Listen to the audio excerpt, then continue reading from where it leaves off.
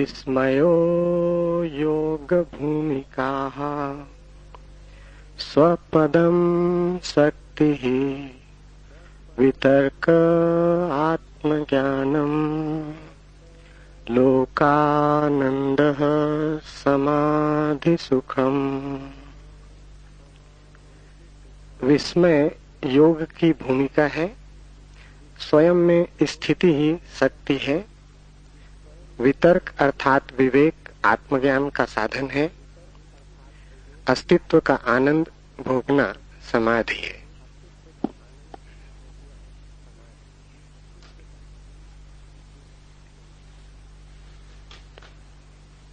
विस्मय योग की भूमिका है। इसे थोड़ा समझें। विस्मय का अर्थ शब्दकोश में दिया है आश्चर्य, पर आश्चर्य और विस्मय में एक बुनियादी भेद है, और वो भेद समझ में ना आए तो अलग अलग यात्राएं शुरू हो जाती। आश्चर्य विज्ञान की भूमिका है, विस्मय योग की। आश्चर्य बहिर्मुखी है, विस्मय अंतर्मुखी। आश्चर्य दूसरे के संबंध में होता है, विस्मय स्वयं के संबंध।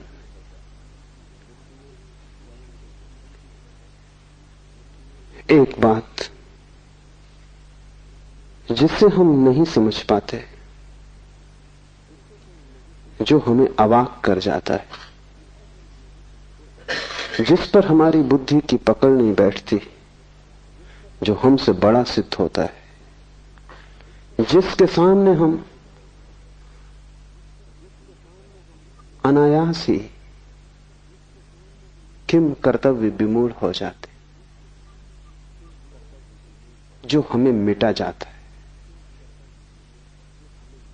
उससे विस्मय पैदा होता है। लेकिन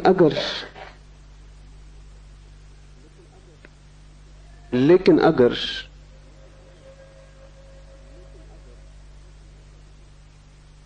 ये जो विस्मय की दशा भीतर पैदा होती है, अतर्क अचिंत्य के समक्ष खड़े होकर इस धारा को हम बहिर्मुखी कर दें, तो विज्ञान पैदा होता है।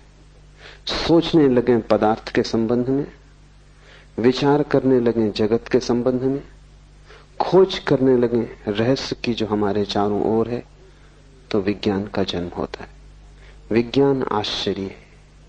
आश्चर्य का अर्थ है विस्मय बाहर की ओर यात्रा पर निकल गया।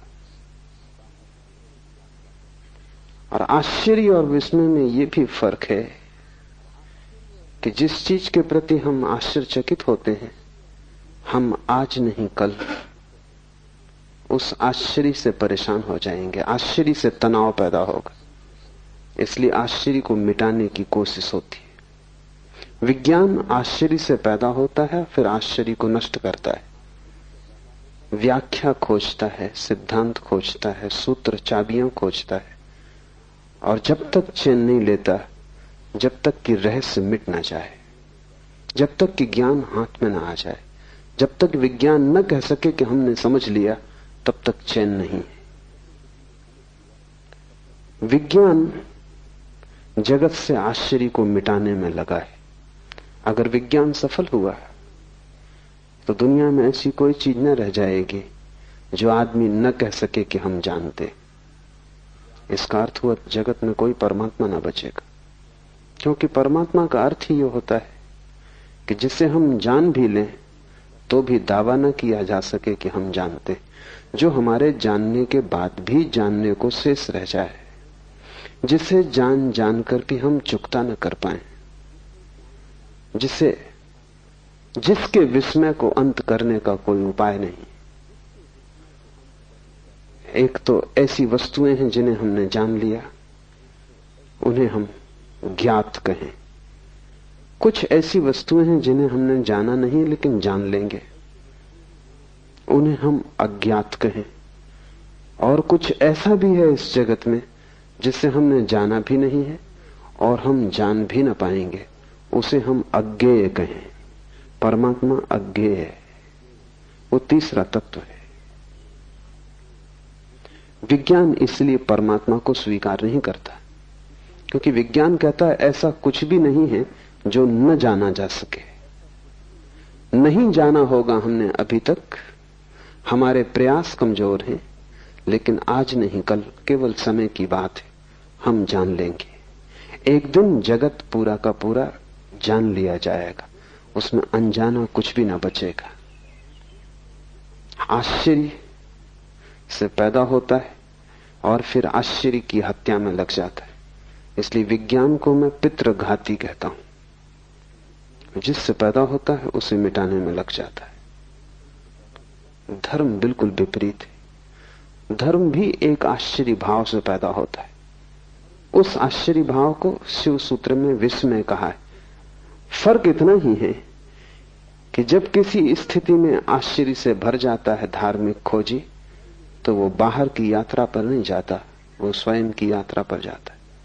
जब भी कोई रहस्य उसे घेर लेता है तो वो सोचता है मैं जानूं कि मैं कौन। रहस्य अंतर्मुखी बन जाए, यात्रा खोज भीतर चलने लगे, पदार्थ की तरफ नहीं स्व की तरफ मेरी खोज उन्मुख हो जाए, मेरा संधान पहले उसे जानने में लग जाए कि मैं कौन हूं, तो विस्मय। और दूसरी बात समझ लेनी जरूरी है कि विस्मय कभी भी चुकता नहीं, जितना ही हम जानते हैं उतना ही बढ़ता है। इसलिए विस्मय एक विरोधाभास है, क्योंकि जानने से विस्मय नष्ट होना चाहिए। लेकिन बुद्ध या कृष्ण या शिव या जीसस, उनका विस्मय नष्ट नहीं होता। जिस दिन वे परम ज्ञान को उपलब्ध होते हैं उसी दिन उनका विस्मय भी परम होता है। उस दिन वे ऐसा नहीं कहते हमने सब जान लिया, उस दिन वे ऐसा कहते हैं कि सब जानकर भी सब जानने को शेष रह गया। उपनिषदों ने कहा है पूर्ण से पूर्ण निकाल लिया जाए तो भी पीछे पूर्ण शेष रह जाता है। सब जान लिया जाए तो भी सब जानने को शेष रह जाता है। इसलिए धार्मिक ज्ञान अहंकार का जन्म नहीं बनता, वैज्ञानिक ज्ञान अहंकार का जन्म बनेगा। धार्मिक ज्ञान में तुम जानने वाले कभी भी ना बनोगे, तुम सदा विनम्र रहोगे, और जितना तुम जानते जाओगे उतनी ही तुम्हें प्रतीति होगी कि मैं कुछ भी नहीं जानता हूं। परम ज्ञान के क्षण में तुम कह सकोगे मेरा कोई भी ज्ञान नहीं। परम ज्ञान के क्षण में ये पूरा अस्तित्व विस्मय हो जाएगा। विज्ञान अगर सफल हो तो सारा जगत ज्ञात हो जाएगा, धर्म अगर सफल हो तो सारा जगत अज्ञात हो जाएगा। विज्ञान अगर सफल हो तो तुम जानने वाले अस्मिता से भर जाओगे और सारा जगत साधारण हो जाएगा, क्योंकि जहां विस्मय नहीं है वहां सब साधारण हो जाता है। जहां रहस्य नहीं है वहां सारी आत्मा खो जाती। जहां रहस्य का और उपाय नहीं है वहां आगे की यात्रा बंद हो जाती। जहां जिज्ञासा पूरी हो गई, कुतूहल समाप्त हो गया। अगर विज्ञान जीता तो जगत में ऐसी ऊब पैदा होगी जैसी ऊब कभी भी पैदा नहीं हुई थी। इसलिए अगर पश्चिम में लोग ज्यादा ऊब से भरे हैं, बोर्डम से भरे हैं, तो उसका मौलिक कारण विज्ञान है, क्योंकि लोगों के विस्मय की क्षमता कटती जा रही। लोग किसी भी चीज से चकित नहीं होते, चकित होना ही भूल गए। अगर तुम उनके सामने कुछ ऐसा सवाल भी रखो जो उलझाने वाला है तो भी वो कहेंगे कि सुलझ जाएगा, क्योंकि मौलिक रूप से ऐसी कोई भी वस्तु नहीं है विज्ञान की दृष्टि में जो अज्ञात सदा के लिए रह जाए। हम पर्दे उघाड़ ही लेंगे, लेकिन धर्म की यात्रा बड़ी उल्टी। जितने हम पर्दे उखाड़ते हैं पाते हैं रहस्य उतना सघन होता जाता है। जितने हम करीब आते हैं उतना ही पता चलता है कि जानना बहुत मुश्किल है। और जिस दिन हम परमात्मा के ठीक केंद्र में प्रवेश कर जाते हैं उस दिन सभी कुछ रहस्यपूर्ण हो जाता है। बुद्ध के लिए आकाश के तारे ही रहस्यपूर्ण नहीं है, जमीन पर पड़े कंकड़ पत्थर भी आश्चर्यपूर्ण हो गए हैं। बुद्ध के लिए ये विराट ही रहस्य में नहीं है, क्षुद्र से क्षुद्र घटना भी रहस्यपूर्ण हो गई। एक बीज का जमीन से अंकुरित होना भी उतना ही रहस्यपूर्ण है जितना इस पूरी सृष्टि का जन्म। तो जैसे जैसे विस्मय घना होगा वैसे वैसे तुम्हारी आंखें छोटे बच्चे की तरह होती जाएंगी, क्योंकि छोटे बच्चे के लिए सभी कुछ विस्मय होता है। छोटे बच्चे को चलते देखो, वो रास्ते पे जा रहा, हर चीज उसे चौंकाती। एक रंगीन पत्थर उसे कोहिनूर मालूम होता है। तुम हंसते हो क्योंकि तुम ज्ञाता हो, तुम जानते हो ये रंगीन पत्थर है, पागल मत हो, ये कोहिनूर नहीं है। लेकिन छोटा बच्चा उस पत्थर को खीसे में रख लेना चाहता है। तुम कहोगे वजन मत ढो, और गंदा पत्थर है, कीचड़ में पड़ा है, फेंक इसे। लेकिन बच्चा उसे पकड़ता है क्योंकि तुम बच्चे को नहीं समझ पा रहे। बच्चे के लिए विस्मय है। ये रंगीन पत्थर किसी कोहिनूर से कम कीमती नहीं है। कीमत विस्मय की है, पत्थरों की थोड़ी कोई कीमत होती। एक तितली भी उसे इतना सम्मोहित कर लेती है जितना परमात्मा भी तुम्हें मिल जाए तो सम्मोहित नहीं करेगा। वो तितली के पीछे दौड़ना शुरू कर देता है। एक छोटे बच्चे की जैसी निर्मल दशा है, ऐसे विस्मय की परम स्थिति में, बुद्धत्व की स्थिति में किसी भी व्यक्ति की हो जाती। इसलिए जीसस ने कहा है कि जो छोटे बच्चों की तरह सरल होंगे वे ही केवल मेरे प्रभु के राज्य में प्रवेश कर सकेंगे। जीसस ने वही कहा है जो शिव इस सूत्र में कह रहे हैं, विस्मयो योग भूमिका। विस्मय योग का प्रथम चरण है। तब तो बहुत बातें ख्याल में लेनी नहीं जरूरी है। तुम्हारे पास जितना ज्ञान होगा उतनी ही योग की भूमिका मुश्किल हो जाएगी। तुम्हें जितना दम होगा कि मैं जानता हूं, उतना ही तुम योगी ना हो पाओगे। जितने शास्त्र तुम्हारे चित्त पर भारी होंगे उतना ही तुम्हारा विस्मय नष्ट हो गया। एक पंडित को पूछो परमात्मा के संबंध में तो वो ऐसे उत्तर देता है जैसे परमात्मा कोई उत्तर देने की बात हो, जैसे कि कोई उत्तर दिया जा सकता हो। पंडित को पूछो, उसके पास उत्तर रेडीमेड है।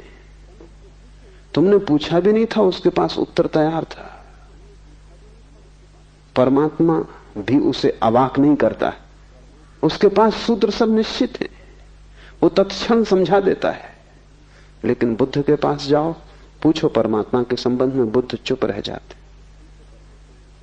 शायद तुम यही सोच के लौट आओगे, बहुत से पंडित बुद्ध के पास से यही सोच के लौट गए कि यह आदमी चुप रह गया, इसका मतलब है इसे पता नहीं। और यह आदमी इसलिए चुप रह गया कि विस्मय तो द्वार है।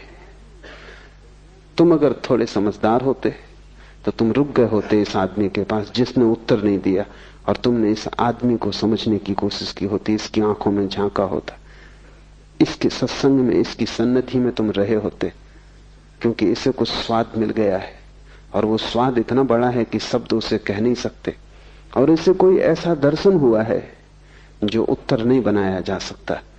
प्रश्न और उत्तर स्कूली बच्चों की बातें। तुम्हारा प्रश्न ही बेहुदा है। परमात्मा के संबंध में कोई प्रश्न नहीं पूछ सकता। विराट के संबंध में कोई प्रश्न कैसे पूछा जा सकता है? विराट के संबंध में तो प्रश्न उत्तर दोनों गिर जाते। तुम्हारा प्रश्न क्षुद्र है, इसलिए बुद्ध चुप रह गए हैं।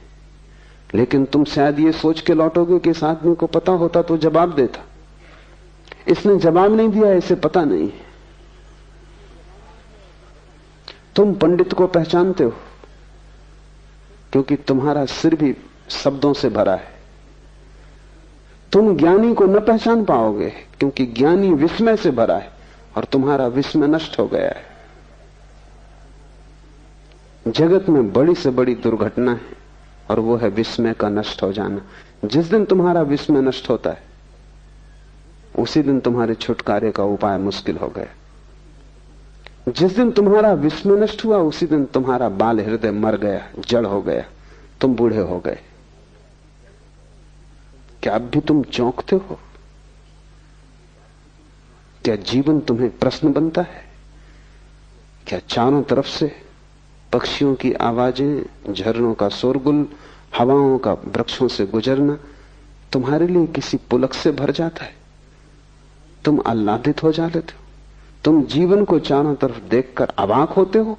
नहीं, क्योंकि तुम्हें सब पता है कि पक्षियों की आवाज है, कि शोरगुल हवाओं का वृक्षों में। तुम्हारे पास हर चीज के उत्तर हैं। उत्तरों ने तुम्हें मार डाला है। तुम ज्ञान के पहले ज्ञानी हो गए हो। विस्मयो योग भूमिका। और जो व्यक्ति योग में प्रवेश करना चाहे, विस्मय उसके लिए द्वार है। अपने बचपन को वापस लौटाओ, फिर से पूछो, फिर से कुतूहल करो, फिर से जिज्ञासा जगाओ, तो तुम्हारे भीतर जहां जहां जीवन के स्रोत सूख गए हैं फिर हरे हो जाएंगे। जहां जहां पत्थर अड़ गए हैं वहां वहां झरना फिर प्रकट हो जाएगा। तुम फिर से आंख खोलो और चारों तरफ देखो, सब उत्तर झूठे हैं, क्योंकि सब तुम्हारे उत्तर उधार हैं। तुमने खुद कुछ भी नहीं जाना है, लेकिन तुम उधार ज्ञान से ऐसे भर गए हो कि तुम्हें प्रतीति होती है कि मैंने जान लिया। विस्मय को जगाओ। तुम्हारे आसन प्राणायाम से कुछ भी ना होगा जब तक विस्मय ना जग जाए, क्योंकि आसन प्राणायाम सब शरीर के हैं। ठीक है, शरीर शुद्धि होगी, शरीर स्वस्थ होगा, लेकिन शरीर की शुद्धि या शरीर का स्वास्थ्य तुम्हें कोई परमात्मा से न मिला देगा। विस्मय मन की शुद्धि है। विस्मय का अर्थ है मन सभी उत्तरों से मुक्त हो गया। विस्मय का अर्थ है तुमने हटा दिया उत्तरों का कचरा, तुम्हारा प्रश्न फिर नया और ताजा हो गया और तुमने अपने अज्ञान को समझा। विस्मय का अर्थ है मुझे पता नहीं। पांडित्य का अर्थ है मुझे पता है। जितना तुम्हें पता है उतने ही तुम गलत हो। जब तुम सरल भाव से कहते हो मुझे कुछ भी पता नहीं, सारा जगत अज्ञात है, जो भी मुझे पता है वो भी काम चलाऊ है, मैंने अभी कुछ भी नहीं जाना है, ऐसी प्रतीति जितनी गहरी तुम्हारे हृदय में बैठ जाएगी, तुमने योग का पहला कदम उठाया। फिर दूसरे कदम आसान है, लेकिन अगर पहला कदम ही चूक जाए तो फिर तुम कितनी ही यात्रा करो उससे कुछ हल नहीं होता, क्योंकि जिसका पहला कदम गलत पड़ा वो मंजिल पे नहीं पहुंच सकेगा। पहला कदम जिसका सही है उसकी आधी यात्रा पूरी हो गई। और विश्व में पहला कदम है। थोड़ा गौर से देखो, तुम्हारे पास ज्ञान है। तुम भी थोड़े गौर से देखोगे तो समझ लोगे ज्ञान नहीं है, सब कचरा है, इकट्ठा कर लिया है शास्त्र से, गुरुओं से, संतों से, और उसे तुम बहुमूल्य थाती की तरह संजोए बैठे हो। उसने तुम्हें कुछ भी नहीं दिया, सिर्फ तुम्हारे विस्मय की हत्या कर दी। तुम्हारा विस्मय तड़फ रहा है, मरा हुआ पड़ा है। अब तुम चौंकते नहीं, अब तुम्हें कोई भी चीज चौंकाती नहीं। एक ईसाई फकीर हुआ, एक हाट, उसने एक बड़ी अनूठी बात कही। उसने कहा संत वो है जिससे हर चीज चौंकाती, हर चीज, छोटी छोटी घटनाएं जिसे चौंका देती। पानी में पत्थर गिरता है, आवाज होती, लहरें उठती, संत को चौंका देती। ये इतना विस्मयपूर्ण है, इतना रहस्यपूर्ण है। संत श्वास लेता है, जीता है, ये भी काफी चौंकाने वाला है। एक हाट रोज सुबह की प्रार्थना में परमात्मा को कहता था, आज फिर सुबह हुई, आज फिर सूरज उगा, तेरी लीला अपार है। न उगता तो क्या करते, क्या उपाय था? आदमी बेबस है। एक हाट कहता, आज सांस आती है, कल ना आए, क्या करूंगा? तुम सांस ले तो ना सकोगे, सांस तुम्हारे बस में तो नहीं है। इतने पास है श्वास, फिर भी तुम उसके मालिक नहीं हो। गई बाहर और न लौटी तो नहीं लौटेगी। इतने पास जो है उसके भी हम ज्ञाता और मालिक नहीं है। और ख्याल हमें यह है कि हम सब कुछ जानते हैं। तुम्हारे सब जानने ने ही तुम्हें मारा। इस कचरे को हटा दो और हल्के हो जाओ। तत्क्षण तुम्हारी आंखें जब ज्ञान से न भरी होंगी तब रहस्य से भर जाएंगी। उस रहस्य की अंतर यात्रा का नाम विस्मय है, बहिर यात्रा का नाम आश्चर्य है। अगर उस रहस्य को तुमने पदार्थों पर लगा दिया तो तुम एक वैज्ञानिक हो जाओगे। अगर उस रहस्य को तुमने स्वयं की सत्ता पर लगा दिया तो तुम एक महायोगी हो जाओगे। और दोनों के परिणाम भिन्न होंगे, क्योंकि आश्चर्य हिंसात्मक है, विस्मय अहिंसात्मक है। आश्चर्य जिस तरफ लग जाता है उसी को तोड़ने लगता है, विश्लेषण करता है, क्योंकि आश्चर्य में एक बेचैनी है, विस्मय में एक रस है। इस फर्क को भी ठीक से समझ लो। शब्दकोश में वो नहीं लिखा हुआ है, लिखा भी नहीं जा सकता, क्योंकि शब्दकोश बनाने वाले को कोई विस्मय का पता भी नहीं। आश्चर्य हिंसात्मक है, आक्रामक है। तुम जिस चीज के प्रति आश्चर्य से भरते हो एक तनाव पैदा हो जाता है। उस तनाव को हल करना ही पड़ेगा। जब तक वो जिज्ञासा पूरी ना हो जाएगी, जब तक तुम जान न लोगे, तब तक एक बेचैनी तुम्हारे सिर पे सवार रहेगी। वो जो वैज्ञानिक अपनी प्रयोगशाला में लगा रहता है 18 घंटे, वो किस लिए लगा है? एक बेचैनी है, जैसे एक भूत प्रेत ने उसे पकड़ लिया है, और जब तक वो उसको हल न कर लेगा तब तक वो लगा ही रहेगा।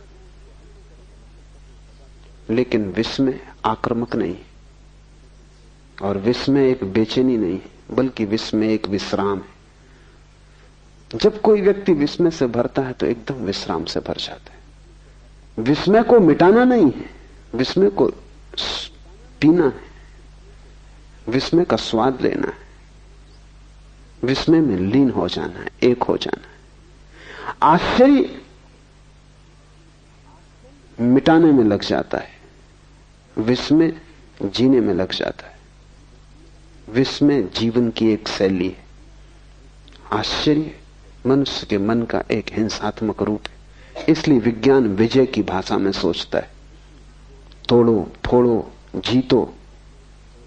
धर्म समर्पण की भाषा में सोचता है, अपने को खो दो। जब तुम्हारे भीतर विस्मय का प्रवेश होगा तो विस्मय तुम में इस तरह लीन हो जाएगा जैसे तुम नमक की डिग्री पानी में डाल दो और सारा पानी खारा हो जाए। जिस दिन तुम विस्मय से भरोगे उस दिन तुम विस्मय से खारे हो जाओगे। रोआ रोआ विस्मय से भर जाएगा। उठोगे तो विस्मय, बैठोगे तो विस्मय, तुम सदा चौंके रहोगे। हर चीज रहस्यपूर्ण हो जाएगी। क्षुद्रतम भी विराट का हिस्सा हो जाएगा, क्योंकि जब क्षुद्र में भी विस्मय जुड़ जाता है तो क्षुद्र भी विराट हो जाता है। तब जाना हुआ कुछ भी नहीं है, सभी तरफ रहस्य तुम्हें घेरे हुए है। तब प्रतिपल नया हो रहा है और प्रतिपल नया निमंत्रण दे रहा है। विस्मय एक आमंत्रण है। मुल्ला नसरुद्दीन एक चुनाव में खड़ा हो गया था, तो मत मांगने घर घर गया। गांव में जो चर्च का पादरी था उसके द्वार पर भी गया। जब मत मांगने गया था तब भी उसके मुंह से शराब की बात आ रही थी। पादरी भला आदमी था, सीधे सीधे कहना अशिष्टता होगी, तो उसने नसरुद्दीन से कहा कि मुझे बस एक बात पूछनी, अगर संतोषजनक उत्तर दिया तो मेरा मत, मेरा वोट तुम्हारे लिए। क्या तुम कभी शराब पीते हो? पूछने का इसमें कुछ भी नहीं था, शराब वो पिए ही हुए था। नसरुद्दीन चौंका और उसने कहा कि इसके पहले कि मैं जवाब दूं, एक सवाल मुझे भी पूछना। ये जांच पड़ताल है या आमंत्रण?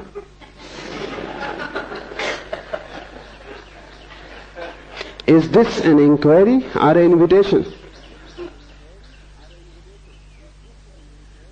आश्चर्य जांच पड़ताल है, विस्मय आमंत्रण। विस्मय एक भीतरी बुलावा है, और जैसे जैसे तुम भीतर प्रवेश करते हो वैसे वैसे डूबते चले जाते हो। एक दिन ऐसा आएगा कि तुम ना बचोगे और विश्व में ही बचेगा। उस दिन परम ज्ञान घट गया। अगर तुमने आश्चर्य किया तो एक दिन ऐसा आएगा कि तुम ही बचोगे और आश्चर्य न बचेगा। ये विज्ञान की निष्पत्ति है। अहंकार बचेगा, आश्चर्य नष्ट हो जाएगा। अगर विस्मय की यात्रा पर गए तो तुम नष्ट हो जाओगे, विस्मय बचेगा। रोआ रोआ उसी श्वास से भर जाएगा। तुम्हारा होना ही विस्मयपूर्ण होगा। इसे शिव ने भूमिका कहा योग की। ज्ञान को हटाओ, विस्मय से भरो। और अब कठिन लगेगा शुरू में, क्योंकि तुम्हें ख्याल है कि तुम सब जानते हो। D.H. लॉरेंस एक बड़ा विचारक, कीमती मूल्यवान विचारक हुआ। एक छोटे बच्चे के साथ बगीचे में घूम रहा था। उस छोटे बच्चे ने पूछा, why the trees are green? वृक्ष हरे क्यों? छोटे बच्चे ही ऐसे सवाल पूछ सकते हैं, इतने ताजे सवाल। तुम तो ये सवाल ही नहीं सोच सकते। तुम कहोगे वृक्ष हरे हरे हैं, इसमें पूछना क्या है? ये कोई सवाल है? ये बच्चा मूड है। लेकिन तुम फिर से सोचो, वृक्ष हरे क्यों? तुम्हें सच में उत्तर पता है? शायद तुम में कोई विज्ञान का विद्यार्थी हो तो वो कहेगा क्लोरोफिल के कारण। मगर इससे कोई बच्चे के प्रश्न का हल तो नहीं होता। बच्चा पूछेगा कि वृक्ष में क्लोरोफिल क्यों है? आखिर क्लोरोफिल को वृक्ष में होने की क्या जरूरत है और आदमी में क्यों नहीं? और क्लोरोफिल कैसे वृक्षों को खोजता रहता है? क्यों का कोई सवाल क्लोरोफिल से होता नहीं हल। विज्ञान जो भी जवाब देता है सब ऐसे ही है। उससे प्रश्न सिर्फ एक सीढ़ी और पीछे हट जाता है बस। अगर तुम जरा समझदार हो तो प्रश्न फिर उठा सकते हो। विज्ञान के पास क्यों का कोई उत्तर नहीं है। इसलिए विज्ञान विस्मय को नष्ट कर नहीं सकता, सिर्फ भ्रम पैदा करता है नष्ट करने का। लेकिन D.H. लॉरेंस कोई वैज्ञानिक नहीं था, वो एक कवि था, एक उपन्यासकार था। उसके पास संचेतना थी सौंदर्य की। वो खड़ा हो गया, वो सोचने लगा। उसने बच्चे से कहा कि मौका दो, क्योंकि मुझे खुद ही पता नहीं। तुम्हारे बच्चे ने भी तुमसे कई बार ऐसे सवाल किए होंगे। तुमने कभी कहा कि मुझे पता नहीं? उस अहंकार को चोट लगेगी। हर बाप सोचता उसे पता है। बच्चा पूछता, बाप जवाब देता है। इन्हीं जवाबों के कारण बाप प्रतिष्ठा खोता है बाद में, क्योंकि बच्चे को एक न दिन पता चल जाता है कि पता तुम्हें कुछ भी न था। तुम नाहक ही जवाब देते रहे। जैसा अज्ञानी मैं हूं वैसे ही तुम हो। तुम्हारी उम्र ज्यादा थी, तुम्हारा अज्ञान जरा पुराना था, बस इतनी ही बात थी। लेकिन छोटे बच्चे को तुम जवाब दे देते तो छोटा बच्चा भरोसा करता है, वो मान लेता है कि ठीक होगा। लेकिन कितने दिन तक मानेगा? D.H. लॉरेंस खड़ा हो गया। उसने कहा कि मैं सोचूंगा, और अगर तुम ज्यादा ही जिद करो तो बस इतनी कह सकता हूं कि वृक्ष हरे हैं क्योंकि हरे। इसमें कोई और उत्तर नहीं है। मैं खुद ही इसी रहस्य से भरा हुआ हूं। अगर तुम आंख से थोड़े ज्ञान का पर्दा हटाओगे तो तुम पाओगे चारों तरफ रहस्य खड़ा हुआ है। वृक्ष हरे हैं, ये भी रहस्यपूर्ण है। हरे वृक्षों में लाल फूल लग रहे हैं, ये भी रहस्यपूर्ण है। एक छोटे से बीज में इतने इतने बड़े विराट काय वृक्ष छिपे हैं, ये भी रहस्यपूर्ण है। एक बीज को तुम संभाल के रखे रहो, सैकड़ों हजारों साल के बाद वो वृक्ष प्रकट हो जाता है। जीवन शाश्वत मालूम होता है। हर घड़ी रहस्य से भरी है, पर तुमने जैसे अपनी आंखें बंद कर ली, तुम निश्चिंत हो गए हो। निश्चिंतता तुम्हारी जड़ता है, तुम झिझकते भी नहीं। इसमें कुछ कारण है, क्योंकि इससे अहंकार को आश्वासन मिला रहता है कि मैं जानता हूं, मैं जानता हूं तो एक सुरक्षा बनी। मैं नहीं जानता तो सब सुरक्षा खो जाती। पता तुम्हें कुछ भी नहीं है, लेकिन यह बात पीड़ा देती है कि मुझे कुछ भी पता नहीं, इसलिए तुम कुछ भी पकड़ लेते हो। तिनके पकड़ लेता है डूबता आदमी और तिनकों के सहारे ले लेता है।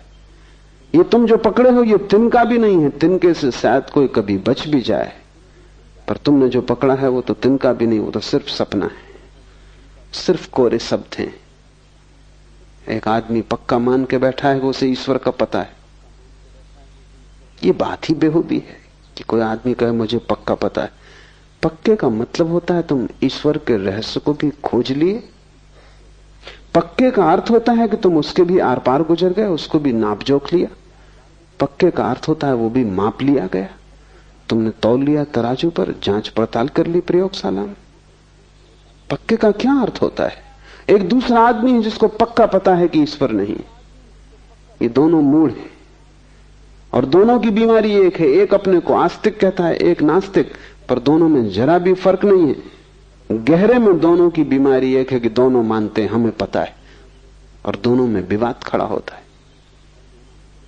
ज्ञान से विवाद पैदा होता है, विस्मय से संवाद पैदा होता है। जब तुम विस्मय से भरोगे तो तुम्हारे जीवन में एक संवाद आएगा। महावीर के पास कोई जाता और कहता ईश्वर है तो वो कहते हैं, कोई नास्तिक जाता और कहता ईश्वर नहीं तो वो कहते हैं कि नहीं है। कोई दोनों को न मानने वाला अज्ञेयवादी एग्नोस्टिक पहुंच जाता तो महावीर उससे कहते है भी और नहीं भी। बड़ी कठिन बात हो गई, क्योंकि हम चाहेंगे उत्तर साफ दो, सीधे दो, चाहे गलत हो लेकिन साफ चाहिए। और ध्यान रखें, ये जगत इतना जटिल है कि यहां साफ उत्तर गलत ही होंगे। यहां जो उत्तर विरोधाभासी नहीं है वो गलत होगा। यहां जो उत्तर अपने से विपरीत को भी समा लेता है वही सही होगा, क्योंकि जगत अपने से विपरीत को समाये हुए है। यहां जन्म भी है और मृत्यु भी है। यहां साफ सुथरा रास्ता नहीं है, यहां अंधेरा भी है और प्रकाश भी है, यहां शुभ भी है अशुभ भी है। यहां दोनों साथ साथ जी रहे हैं। यहां पापी और पुण्यात्मा अलग अलग नहीं है, दोनों साथ जी रहे हैं। दोनों एक ही सिक्के के दो पहलू हैं। परमात्मा दोनों को अपने में समाये हुए। अस्तित्व बड़ा है, वो कोई तर्क की कसौटी पर कटा हुआ नहीं है, अतर्क है। वहां दोनों एक दूसरे में मिले हुए। ऐसा हुआ कि जुन्नैद ने एक रात प्रार्थना की परमात्मा से कि मैं जानना चाहता हूं इस गांव में कोई ऐसा आदमी है जो महापापी हो, क्योंकि उसको देखकर, उसको समझ के मैं पाप से बचने की कोशिश करूंगा। मेरे पास मापदंड हो जाएगा कि ये महापापी, इस जीवन से बचना। आवाज आई कि तेरा पड़ोसी। हैरान हुआ जुन्नैद, उसने कभी सोचा भी ना था कि उसका पड़ोसी और महापापी साधारण आदमी था, काम धंधा करता था, दुकान चलाता था। महापापी का तो उसने सोचा भी ना था। उसका तो ख्याल था कि महापापी होगा कोई रावण, महापापी कोई होगा कोई महादुष्ट शैतान। ये आदमी दुकान चलाता है, बाल बच्चे पालता है। बड़ी उलझन में पड़ गया। ये तो साधारण आदमी था, इसको तो महापापी कोई भी नहीं कहेगा। दूसरी रात उसने फिर प्रार्थना की कि ठीक, तू जो कहे ठीक। अब मुझे एक और मापदंड चाहिए कि इस गांव में जो सबसे बड़ा महात्मा हो, पुण्यात्मा हो, उसकी मुझे खबर दे दे। परमात्मा ने कहा कि वही आदमी वो जो तेरे पड़ोस में। जुन्नैद ने कहा तू मुझे मुश्किल में डाल रहा है, मैं वैसे ही काफी मुश्किल में हूं। दिन भर उस आदमी को देखता रहा, ऐसा कुछ महापाप नहीं देखा, और अब और झंझट खड़ी हो गई। पुण्यात्मा भी वही है। तो आवाज आई, मेरी दुनिया में दोनों जुड़े, सिर्फ बुद्धि तोड़ के चीजों को देखती है। यहां बड़े से बड़े संत के पीछे भी छाया पड़ती, यहां बड़े से बड़े पापी के चेहरे पर भी रोशनी है। इसीलिए तो यह संभव होता है कि पापी चाहे तो संत हो जाए, संत चाहे तो पापी हो जाए। इतनी आसानी से बदलाहट इसलिए तो संभव है कि दोनों छिपे हैं एक में ही। अंधेरा और उजेला अलग अलग नहीं है, रात और दिन जुड़े हैं। तर्क तोड़ता है और साफ रास्ते बनाता है। तर्क ऐसे है जैसे कि तुमने एक छोटा सा बगीचा बना लिया हो, साफ सुथरा, कटा पिटा। जीवन जंगल की तरह है, वहां कुछ साफ सुथरा नहीं है, वहां सब चीजें एक दूसरे से उलझी। जो जीवन को समझने चला है उसे साफ कटे कटाए उत्तरों से बचने की क्षमता चाहिए। उनको पकड़ लेने में सुरक्षा है, क्योंकि तुम्हें आश्वासन हो जाता है कि ठीक मुझे पता है। जैसे तुम्हें लगता है मुझे पता है, तुम्हारी हिम्मत आ जाती, जिंदगी में चलने में भरोसा आ जाता है। इसलिए तुम डरते हो ज्ञान छोड़ने से, इसलिए बड़ी पीड़ा होती। तुमसे कोई धन छीन ले इतनी मुसीबत नहीं, फिर कमा लेंगे। और धन तो मिट्टी थी, तुम जानते ही थे। तुमसे कोई पद छीन ले कोई बड़ी चिंता की बात नहीं है, तुम खुद भी त्याग सकते हो।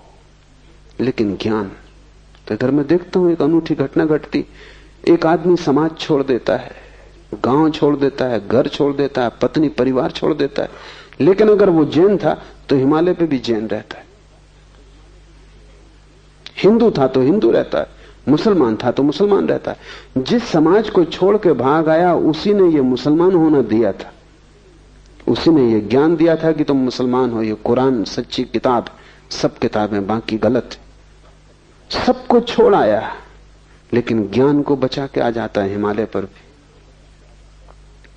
कुछ भी नहीं बदला इस आदमी की जिंदगी में, क्योंकि ज्ञान का भरोसा ऐसे यहां भी है। ज्ञान तुम छोड़ दो और जहां तुम खड़े हो वहीं हिमालय आ जाएगा। हिमालय का अर्थ ही इतना है कि जहां सब रहस्यपूर्ण है, जहां उतुंग शिखर है जिन्हें तुम छू ना सकोगे, और जहां अनंत खाइयां हैं जिनमें तुम उतर ना सकोगे, जो हमारे सभी पैमानों से बड़ा है। विस्मय का अर्थ है जहां तुम्हारी बुद्धि व्यर्थ हो जाती, जहां तुम्हारा अहंकार असमर्थ हो जाता है, जहां तुम एकदम असहाय हो जाते हो। तुम रो सकते हो वहां, हंस सकते हो वहां, लेकिन बोल नहीं सकते। कहा जाता है कि मूसा जब सिनाई के पर्वत पर गए तो रोए भी, हंसे भी, पर बोले नहीं। पीछे लौट के जब उनके शिष्यों ने पूछा कि ये क्या हुआ, परमात्मा सामने मौजूद था और परमात्मा ने खुद कहा, मोसेस जूते बाहर उतार के आ, क्योंकि पवित्र भूमि है, यहां मैं मौजूद हूं। तो तुमने जूते उतारे, तुम रोए भी, तुम हंसे भी, बोले क्यों नहीं? ये मौका क्यों छोड़ दिया? जो भी पूछने जैसा था पूछ लेना था। एक कुंजी तो मांग ही लेनी थी जिससे सभी ताले खुल जाते। मोसेस ने कहा जब वो सामने था तब बुद्धि खो गई, तब हृदय ही बचा। खुशी में रोया भी, खुशी में हंसा भी। और ये मजा है जिंदगी का कि खुशी में तुम रो भी सकते हो और हंस भी सकते हो। इसलिए ये मत सोचना कि जो रोता है वो दुख में ही रोता है, वो तर्क का हिसाब है। जिंदगी तर्क को मानती नहीं, सब तर्क की सीमाओं को तोड़ के जिंदगी की नदी बाढ़ की तरह बहती। आदमी खुशी में रो भी सकता है, तब उसके आंसुओं का गुणधर्म बदल जाता है, तब उसके आंसुओं में आनंद की झलक होती है। हंस भी सकता है। ये विपरीत एक को ही प्रकट करने वाले बन सकते हैं, यही जीवन का रहस्य है। तो मोसेस ने कहा हृदय ही बचा, मेरी बुद्धि तो खो गई। जहां मैंने जूते छोड़े लगता है वहीं सिर भी छूट गए। और मंदिर के बाहर जूते ही मत छोड़ना, सिर भी वहीं रखाना। जूतों के साथ जो सिर को रखाएगा मंदिर के बाहर, वही मंदिर में प्रविष्ट होता है।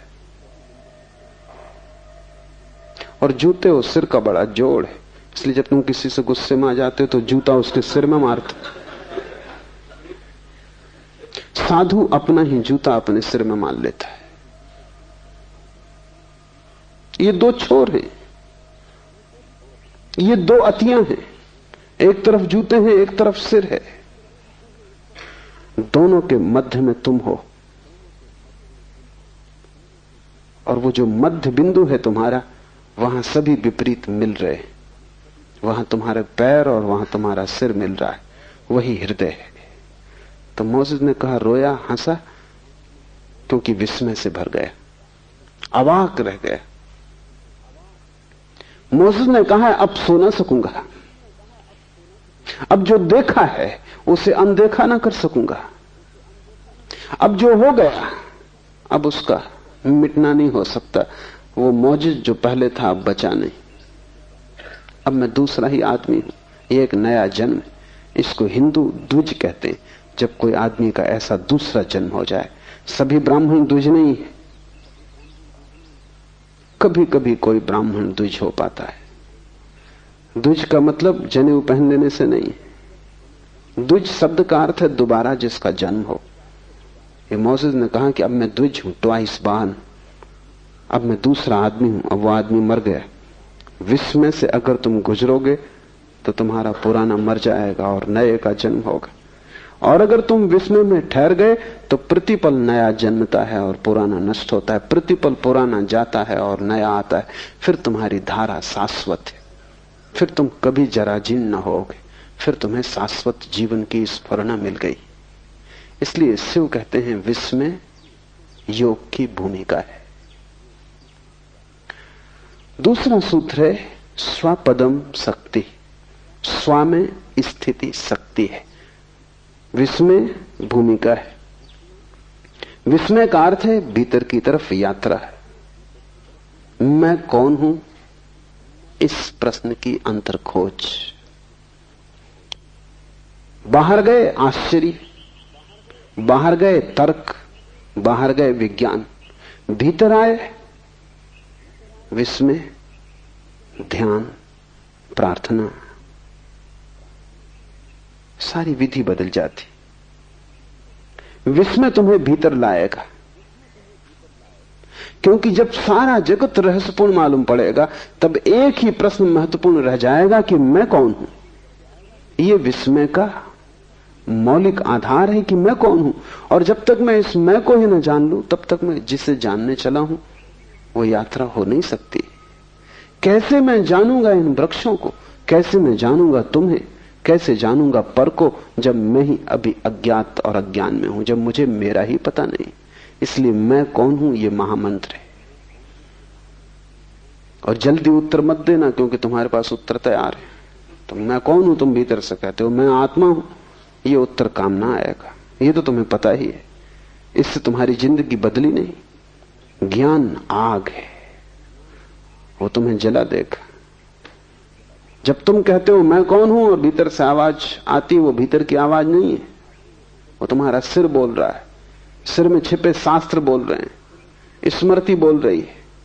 जब तुम कहते हो मैं आत्मा हूं तो ये 2 कौड़ी का है, इसका कोई मूल्य नहीं, क्योंकि इससे तुम बदले नहीं। ये आग नहीं है, ये राख है। इसमें कभी अंगारा रहा होगा, किसी ऋषि को इसमें अंगारा रहा होगा, तुम्हारे लिए तो ये सिर्फ राख है। जिसके लिए अंगारा रहा वो तो खो गया इस जगत से, तुम राख को ढो रहे हो।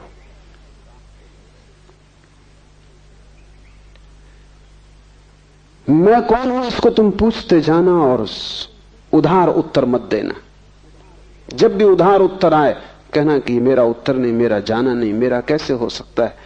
जो मैं जानता हूं वही केवल मेरा हो सकता है। जो तुम उपलब्ध करोगे अपने श्रम से वही केवल तुम्हारी संपदा है। ज्ञान में चोरी नहीं चल सकती, और न ज्ञान में भिखमंगापन चलता है। न तुम भीख मांग सकते, न तुम चोरी कर सकते। यहां डकैती नहीं चल सकती। यहां तो तुम्हें स्वश्रम से ही स्वयं को निर्मित करना होगा। दूसरा सूत्र है स्व में स्थिति शक्ति है। जैसे ही विस्मय पैदा हो भीतर की तरफ चलना, डूबना और स्व में स्थित हो जाने की चेष्टा करना। क्योंकि जब तुम पूछते हो मैं कौन हूं तो कब तुम्हें उत्तर मिलेगा। अगर इसका उत्तर तुम्हें चाहिए तो भीतर स्व में ठहरना पड़ेगा। उसको ही हमने स्वास्थ्य कहा है, स्वयं में ठहर जाना। और जब कोई व्यक्ति स्वयं में ठहर जाएगा तभी तो देख पाएगा। दौड़ते हुए तुम कैसे देख पाओगे। तुम्हारी हालत ऐसी है कि तुम एक तेज रफ्तार की कार में जा रहे हो, एक फूल तुम्हें खिड़की से दिखाई पड़ता है, तुम पूछ भी नहीं पाते ये क्या है कि तुम आगे निकल गए। तुम्हारी रफ्तार तेज, और वासना से तेज रफ्तार दुनिया में किसी और यान की नहीं है। चांद पर पहुंचना हो, रॉकेट भी वक्त लेता है, तुम्हारी वासना को उतना वक्त भी नहीं लगता, इसी क्षण तुम पहुंच जाते हो। वासना तेज से तेज गति है, और जो वासना से भरा है उसका अर्थ है कि वो ठहरा हुआ नहीं, भाग रहा है, दौड़ रहा है। और तुम इतनी दौड़ में हो कि तुम पूछो भी कि मैं कौन हूं तो उत्तर कैसे आएगा। ये दौड़ छोड़नी होगी, स्व में स्थित होना होगा। थोड़ी देर के लिए सारी वासना, सारी दौड़, सारी यात्रा बंद कर देनी होगी। लेकिन एक वासना समाप्त नहीं हो पाती कि तुम 25 को जन्म दे लेते हो। एक यात्रा पूरी नहीं हो पाती कि 25 नए रास्ते खुल जाते हैं, तुम फिर दौड़ने लगते हो। तुम्हें बैठना आता ही नहीं, तुम रुके ही नहीं हो जन्मों से। मैंने सुना है कि एक सम्राट ने एक बहुत बुद्धिमान आदमी को वजीर रखा, लेकिन वजीर बेईमान था और उसने जल्दी ही साम्राज्य के खजाने से लाखों करोड़ों रुपए उड़ा दिए। जिस दिन सम्राट को पता चला, उसने वजीर को बुलाया और उसने कहा कि मुझे कुछ कहना नहीं, जो तुमने किया है वो ठीक नहीं, और ज्यादा मैं कुछ कहूंगा नहीं। तुमने भरोसे को तोड़ा, बस इतना ही कहता हूं कि तुम अपना मुंह मुझे मत दिखाओ, इस राज्य को छोड़कर चले जाओ। और व्यर्थ की बातचीत इसमें न फैले, इसलिए मैं किसी को भी इस संबंध में कुछ न कहूंगा। तुम्हें भी कोई किसी से कुछ कहने की जरूरत नहीं। वजीर ने कहा, सुने, कहेंगे चला जाऊंगा, ये पक्की है बात कि मैंने करोड़ों रुपए चुराए, लेकिन फिर भी एक सलाह वजीर होने के नाते मैं आपको देता हूं, और वो ये कि अब मेरे पास सब कुछ है। बड़ा महल है, पहाड़ पर बंगले हैं, समुद्र के किनारे बंगले हैं, सब कुछ मेरे पास है। पीढ़ियों दर पीढ़ियों तक अब मुझे कुछ कमाने की जरूरत नहीं, बच्चों को कुछ कमाने की जरूरत नहीं। आप मुझे अलग करके दूसरे आदमी को वजीर रखेंगे, उसको फिर आबासा से शुरू करना पड़ेगा।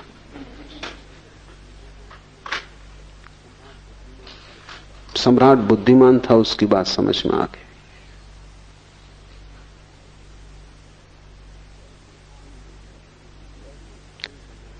ऐसा क्षण तुम्हारे जीवन में कभी नहीं आता है जब तुम कह सको अब सब मेरे पास है।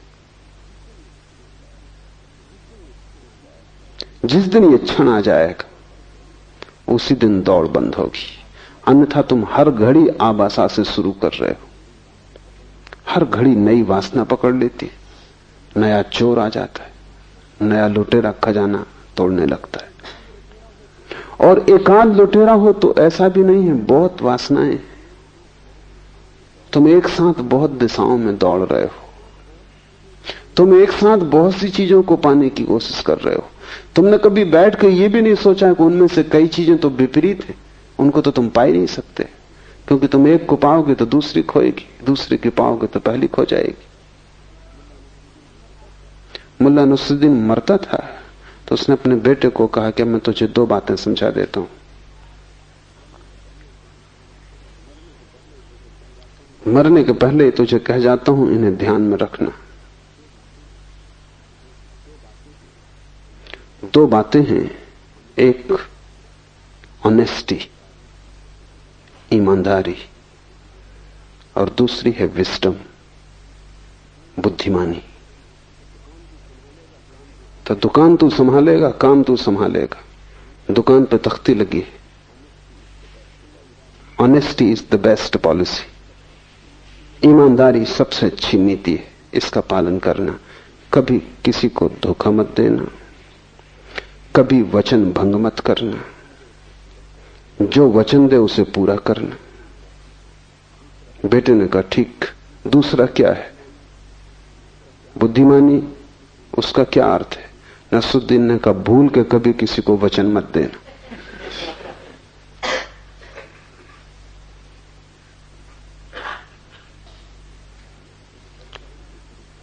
बस ऐसा ही विपरीत बटा हुआ जीवन है। ईमानदारी भी और बुद्धिमानी भी दोनों संभालने की कोशिश है। वचन पूरा करना ईमानदारी का लक्ष्य, वचन कभी मत देना बुद्धिमानी का लक्ष्य। इधर तुम चाहते हो कि लोग तुम्हें संत की तरह पूजें, और इधर तुम चाहते हो कि तुम पापी की तरह मजे भी लूटो। बड़ी कठिनाई है। इधर तुम चाहते हो कि राम की तरह तुम्हारे चरित्र का गुणगान हो, लेकिन उधर तुम रावण की तरह दूसरे की स्त्रियों को भगाने में तत्पर हो। तुम असंभव संभव करना चाहते हो, तुम होना तो रावण जैसे चाहते हो, प्रतिष्ठा राम जैसी चाहते हो, बस तब तुम मुश्किल में पड़ जाते हो। तब विपरीत दिशाओं में तुम्हारी यात्रा चलती है और अनंत तुम लक्ष्य बना लेते हो। उन सब में तुम बट जाते हो, टुकड़े टुकड़े हो जाते हो। जीवन के आखिर में तुम पाओगे कि जो भी तुम लेके आए थे वो खो गया। एक बहुत बड़ा जुआड़ी हुआ। बहुत समझाया पति ने, परिवार ने, मित्रों ने, लेकिन सुना नहीं। धीरे धीरे सब खो गया। एक दिन ऐसी हालत आ गई कि सिर्फ 1 रुपया घर में बचा। पत्नी ने कहा, अब तो चौंको, अब तो संभलो। पति ने कहा, जब इतना सब चला गया और 1 रुपया ही बचा है तो आखिरी मौका मुझे और दे। कौन जाने 1 रुपये से भाग्य खुल जाए। जुआड़ी सदा ऐसा ही सोचता है। और फिर उसने कहा कि जब लाखों चले गए और अब 1 ही बचा, अब 1 के लिए क्या रोना धोना, और 1 रुपये चले जाएगा, कोई बचने वाला नहीं। लगा लेने दांव पे इस पे भी। पत्नी ने भी सोचा कि अब जब सभी चला गया और 1 ही बचा, 1 कोई टिकने वाला वैसे भी क्या है, सांझ के पहले खत्म हो जाएगा, तो ठीक है, तू जा अपनी आखिरी इच्छा भी पूरी कर ले। जुआरी गया जुए के अड्डे पर, बड़ा चकित हुआ। हर बाजी जीतने लगा। 1 के 1000 हुए, 1000 के 10,000 हुए, 10,000 के 50,000 हुए, 50,000 के लाख हो गए, क्योंकि वो इकट्ठे दांव पे लगाता गया। फिर उसने लाख भी लगा दिए और कहा, बस अब ये आखिरी हल हो गया सब, और वो सब हार गए। वो घर लौटा। पत्नी ने पूछा, क्या हुआ? उसने कहा, 1 रुपया चला गया। क्योंकि तुम वही खो सकते हो जो तुम लेके आए थे, लाख की क्या बात करनी। उसने कहा, 1 रुपया खो गया, कोई चिंता की बात नहीं। वो दांव खराब गया, पर उसने ये बात न कही कि लाख हो गए थे। ठीक ही किया, क्योंकि जो तुम्हारे नहीं थे उनके खोने का सवाल भी क्या है। मरते वक्त तुम पाओगे जो आत्मा तुम लेके आए थे वो तुम गंवा के जा रहे हो। बस 1 खो जाएगा, बाकी तुमने जो गंवाया, जोड़ा, मिटाया, बनाया, उसका कोई बड़ा हिसाब नहीं है। अंतिम हिसाब में उसका कोई मूल्य नहीं। तुमने लाखों जीते हो तो भी मौत के वक्त तो वो सब छूट जाएंगे। हिसाब 1 का रह जाएगा, वो 1 तुम हो। और अगर तुम उस 1 में ठहर गए तो तुम जीत गए। अगर तुम उस 1 में आ गए, रम गए, उसके लिए शिव कह रहे हैं, स्व में स्थिति शक्ति है। तुम दुर्बल हो, दीन हो, दुखी हो, उसका कारण ही नहीं कि तुम्हारे पास रुपए कम है, मकान नहीं है, धन दौलत नहीं है। तुम दीन हो, दुखी हो, क्योंकि तुम स्वयं में नहीं हो। स्वयं में होना ऊर्जा का स्रोत है। वहां ठहरते ही व्यक्ति महा ऊर्जा से भर जाता है। जीसस से किसी ने पूछा कि मैं क्या करूं, मैं बहुत दीन हूं, गरीब हूं, दुखी हूं। जीसस ने कहा, तू कुछ और मत कर, पहले परमात्मा के राज्य को खोज ले, से सब अपने आप पीछे चला आएगा। 1 को खोज लेने से सब पीछे चला आता है, और 1 को गंवा देने से सब गंवा दिया जाता है। वो 1 तुम हो, और वही तुम्हारी संपदा है, क्योंकि उसी को लेके तुम आए हो। और आखिरी हिसाब में यही पूछा जाएगा कि जो तुम लेके आए थे उसे बचा सके या उसको भी गंवा दिया। स्व में स्थिति शक्ति है, स्वपदम शक्ति। अपने में ठहर जाना, महाशक्तिवान हो जाना। महाशक्तिवान तो तुम हो, लेकिन तुम ऐसे हो जैसे कि किसी बाल्टी में 1000 छेद हो और कोई कुएं से पानी भर रहा हो। पानी भरता हुआ दिखाई पड़ता हर बार, क्योंकि जब तक बाल्टी पानी में डूबी रहती बिल्कुल भरी रहती। जैसे ही बाल्टी पानी से ऊपर उठती तुम खींचना शुरू करते हो कि 1000 मार्गों से पानी गिरना शुरू हो जाता। जब तक बाल्टी ऊपर आती तब तक उसमें कुछ भी नहीं बचता। 1000 वासनाएं तुम्हारे 1000 छेद हैं, उनसे तुम्हारी ऊर्जा खोती है। जब तक तुम सपना देखते हो तब तक बाल्टी भरी है, जब तक तुम कामना करते हो तब तक बाल्टी भरी है। जैसे ही कामना को कृत्य में लाते हो, जैसे ही खींचना शुरू करते हो कुएं से बाल्टी को, जैसे ही सपने को सत्य बनाने की कोशिश करते हो, ऊर्जा खोनी शुरू हो जाती। हाथ आते तक बाल्टी हाथ आ जाती है, 1000 छेद हाथ में आ जाते हैं, पानी की एक बूंद नहीं आती, प्यास उतनी की उतनी रह जाती। हर बार जब खींचते हो बड़ा शोरगुल मचता है कुएं में और लगता है पानी चला आ रहा है, तूफान आ रहा है, हाथ कुछ भी नहीं आता। हर बार तुम खाली हाथ लौटते हो, लेकिन वासना बड़ी अद्भुत है। एक मछली मार को कोई राहगीर पूछता था कितनी मछलियां पकड़ी। सांझ होने के करीब थी, सुबह से बैठा था बंसी को डाले। ये राहगीर कई बार वहां से निकला और देख गया था, आखिर उससे न रहा गया। उसने पूछा कितनी पकड़ी। उस मच्छी मार ने कहा जिस एक को मैं पकड़ने की अभी कोशिश कर रहा हूं ये, और अगर 2 और पकड़नी तो 3 होंगी। अभी पकड़ी एक भी नहीं है, जिसको पकड़ रहा हूं ये 1 और 2 और तो 3 होंगी। तुम हमेशा इस मच्छी मार की हालत में हो, जिसको पकड़ रहे हो ये 1 और 2 अभी सपने में है, और ये भी अभी सत्य नहीं हुई है, और हिसाब 3 का है, और तुम बड़े प्रसन्न हो रहे हो। जब भी बाल्टी हाथ में आती तुम पाते हो फिर खाली आ गई। और ध्यान रहे जितनी बार तुम डालते हो कुएं में, छेद उतने बड़े होते जाते हैं। इसलिए बच्चे प्रसन्न मालूम होते हैं, बूढ़े बिल्कुल उदास मालूम होते हैं, उनकी बाल्टी छेद ही छेद हो गई। कितनी बार डाल चुके, निकाल चुके, सब छेद बड़े हो गए, लेकिन फिर भी पुरानी आशा मरती नहीं, कभी तो भरी हुई आ जाएगी, क्योंकि भरी हुई दिखाई पड़ती है। फिर पानी गिरता हुआ भी दिखाई पड़ता है। शक्ति तो तुम्हारे पास है परमात्मा की, लेकिन मन तुम्हारे पास छेद वाली बाल्टी की तरह है। स्वपदम शक्ति का अर्थ है जब तुम वासनाओं में न दौड़ोगे। एक वासना गिरी, एक छेद बंद हुआ, वासनाएं गिर गई, सारे छेद खो गए, और तब तुम्हें किसी और कुएं में बाल्टी डालने की जरूरत नहीं, तुम खुद ही कुआं हो। बड़ी है ऊर्जा तुम्हारे पास। सिर्फ तुम्हारी व्यर्थ खोती शक्ति बच जाए तो तुम महा ऊर्जा लेकर पैदा हुए हो। तुम्हें कुछ पाना नहीं है, जो भी पाने योग्य है वो तुम्हारे पास है, सिर्फ उसे खोने से बचना है। परमात्मा को पाने का सवाल नहीं, सिर्फ खोने से बचना है।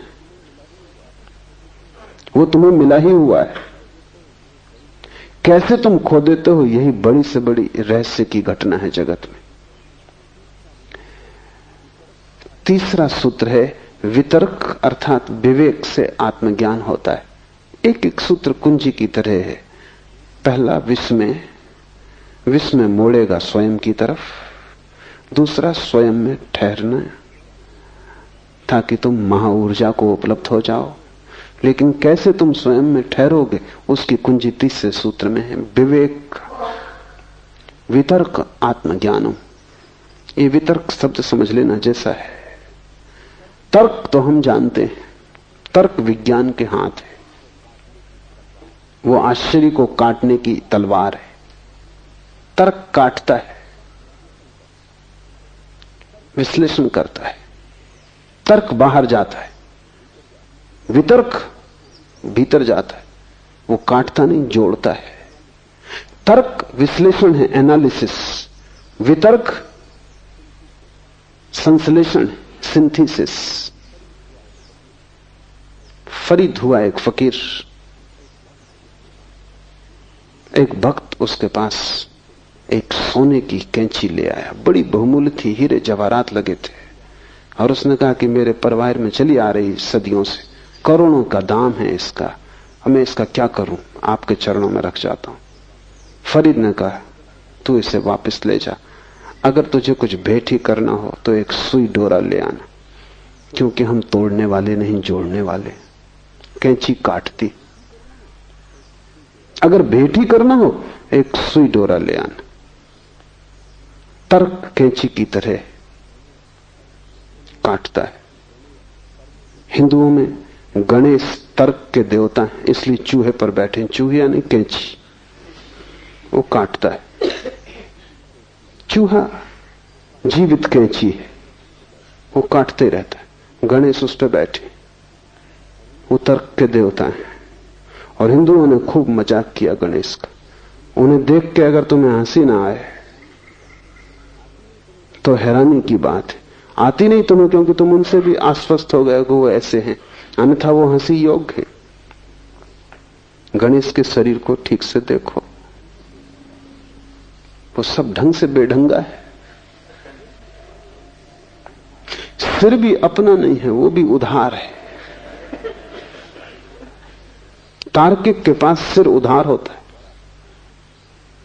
बहुत बड़ा है, हाथी का है, लेकिन अपना नहीं है। उधार सिर हाथी का भी हो तो किसी काम का नहीं, वो तुम्हें सिर्फ कुरूप करेगा। भारी भरकम शरीर है, चूहे पर सवार है। ये भारी भरकम शरीर देखने का ही है, सवारी तो चूहे की है। कितना ही बड़ा पंडित हो, लेकिन सवारी चूहे की है, वो कैंची, तर्क। फरीद ने ठीक कहा कि अगर भेंट ही करनी हो तो एक सुई धागा दे जाना, क्योंकि हम जोड़ते हैं। वितर्क जोड़ने की कला है। वितर्क शब्द का अर्थ होता है विशेष तर्क।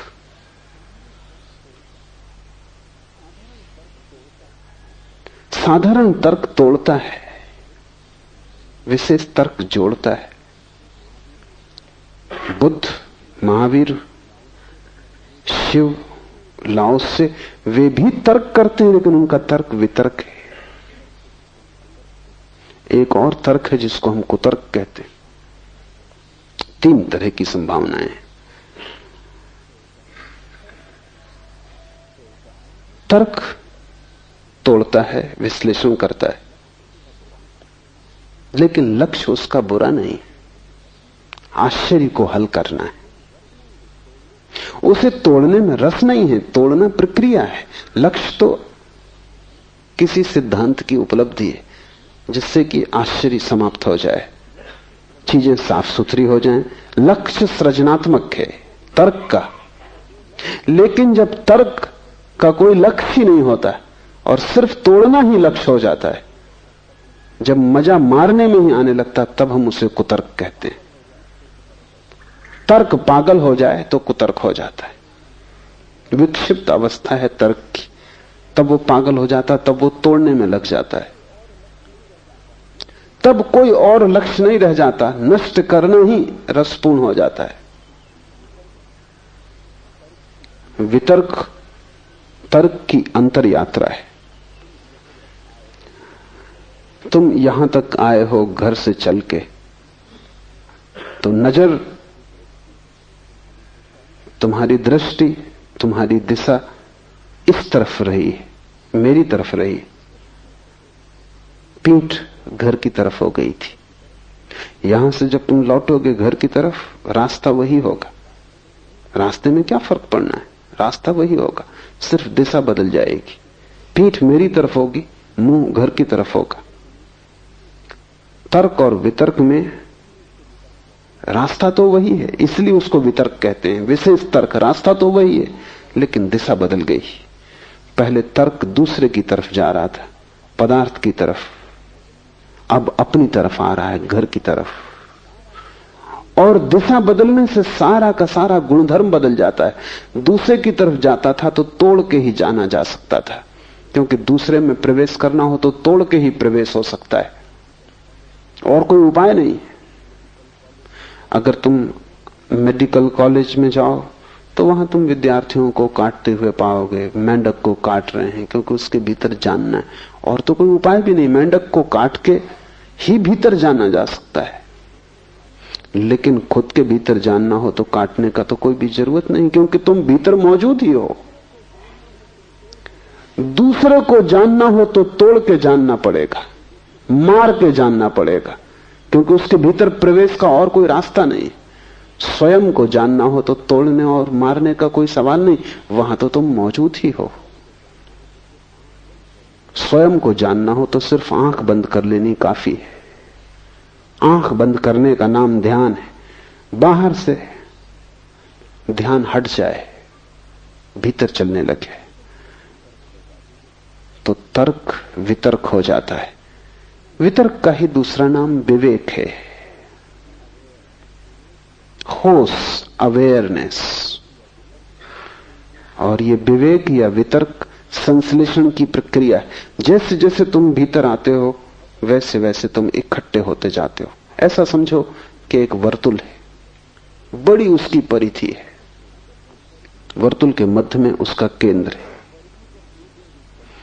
अगर तुम परिधि पर दो बिंदु बनाओ तो दूर होंगे, फिर दोनों बिंदुओं से तुम दो रेखाएं खींचना शुरू करो केंद्र की तरफ, तो जैसे जैसे दोनों रेखाएं केंद्र के करीब आएंगी वैसे वैसे पास आने लगेंगी, और पास और पास। और जब केंद्र पर दोनों आ जाएंगी तो एक ही रेखा रह जाएगी, दो नहीं, केंद्र पर मिल जाएंगी। अगर इन्हीं दो रेखाओं को तुम परिधि के बाहर फैलाते चले जाओ तो ये दूर होती जाएंगी, और दूर और दूर और दूर, अनंत आकाश में इनकी अनंत दूरी हो जाएगी। तुम्हारे भीतर से जब तुम बाहर की तरफ जाते हो तो चीजें एक दूसरे से दूर होती जाती, फासला बढ़ता जाता है। इसलिए हजार तरह के विज्ञान पैदा हो गए, होंगे ही, क्योंकि फासला बड़ा होता जाता है। रोज नए विज्ञान पैदा हो रहे हैं, क्योंकि जैसे जैसे हम आगे बढ़ते हैं और फासला हो जाता है। वैज्ञानिक बहुत परेशान है, क्योंकि वे कहते हैं एक विज्ञान की भाषा दूसरे की समझ में नहीं आती। और अब ऐसा एक भी आदमी पृथ्वी पर नहीं जो सभी विज्ञान को समझता हो, जो सभी के बीच कोई संश्लेषण कर ले। ऐसा तो बहुत कठिन हो गया मामला, एक ही विज्ञान को जानना असंभव जैसा है। तो दुनिया में ज्ञान बहुत है लेकिन संश्लेषण बिल्कुल खो गया। और धर्म एक है, उनके नाम कितने ही अलग हों, क्योंकि जैसे ही कोई व्यक्ति भीतर की तरफ आता है फासला कम होने लगता है, केंद्र पर सब चीजें जुड़ जाती। केंद्र परम संश्लेषण, अल्टीमेट सिंथेसिस है।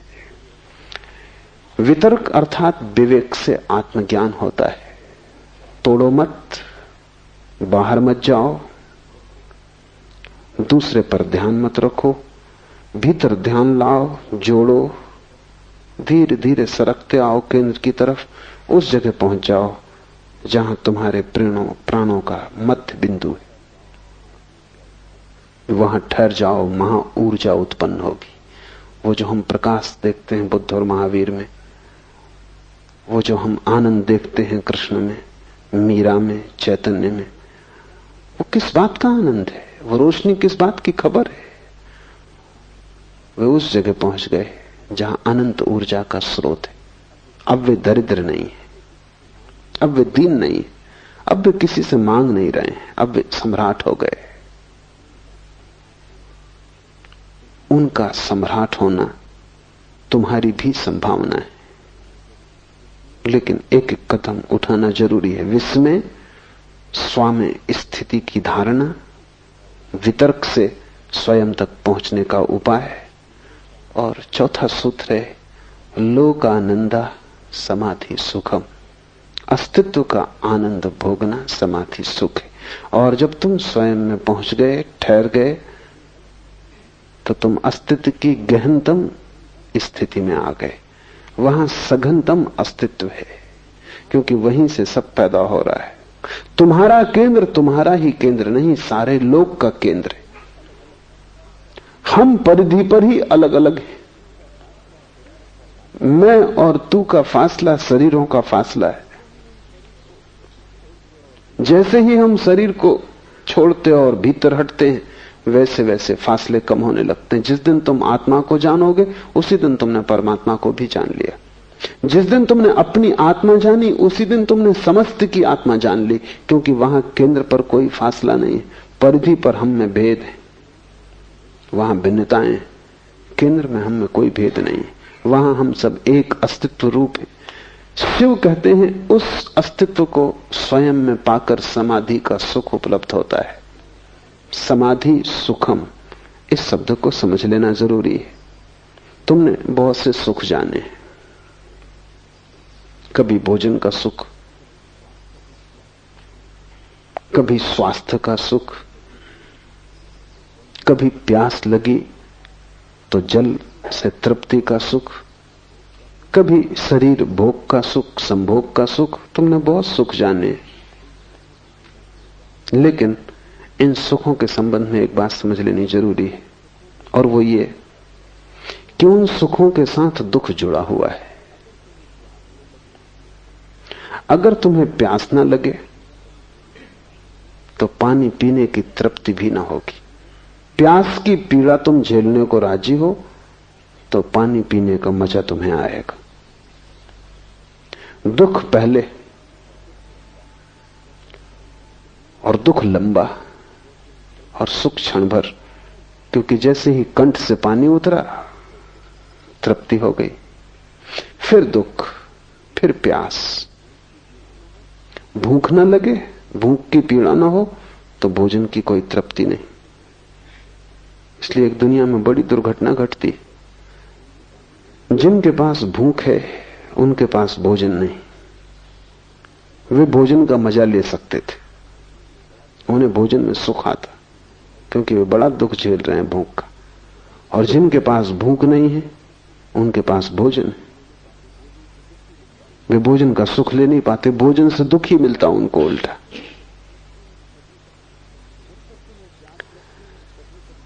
जब तक तुम्हें प्यास लगती है तभी तक तुम्हें पानी की तृप्ति है, लेकिन तुम ऐसा जीवन जी सकते हो जिसमें प्यास ना लगे। धूप में मत जाओ, श्रम मत करो, आराम से घर में रहो, प्यास ना लगेगी। तब तुम सोचते हो कि अब खूब मजे से पानी पियो और सुख भोगो, तो तुम पाओगे अब पानी पीने में कोई सुख नहीं। जिस आदमी ने दिन भर श्रम किया है उसे ही रात सोने का सुख मिलेगा। अभी बड़ी कठिन बात हो गई।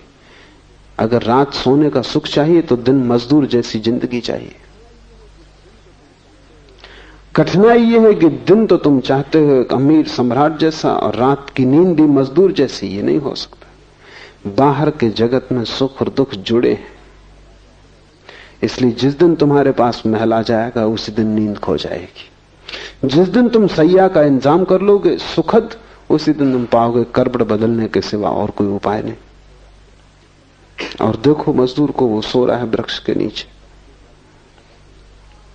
कंकड़ पत्थरों का भी उसे पता नहीं, मच्छर भी काट रहे हैं उसका भी उन्हें कुछ पता नहीं, गर्मी है पसीना बह रहा उसका भी उसे कुछ पता नहीं। ये सब गौण है। उसने दिन भर इतनी पीड़ा झेल ली है कि रात का सुख अर्जित कर लिया। दुख की कीमत चुकानी पड़ती है सुख पाने के लिए संसार में। यहां हर सुख के साथ दुख जुड़ा है, और आदमी यही एक मजबूरी में उलझा हुआ है। वो चाहता है सुख बचे और दुख कट जाए। ये नहीं हो सकता। यही हमने हजारों साल से कोशिश की कि दुख कट जाए और सुख बच जाए। हम जो कर रहे हैं कोशिश, वो संभव नहीं हो पाती। निश्चित दुख कट जाता है, लेकिन उतना ही सुख कट जाता है। दुख हम चाहते नहीं, सुख हम चाहते हैं, इसलिए बड़ी झंझट है। समाधि सुख का क्या अर्थ है जिसके साथ दुख बिल्कुल नहीं। समाधि सुख किसी प्यास की तृप्ति नहीं।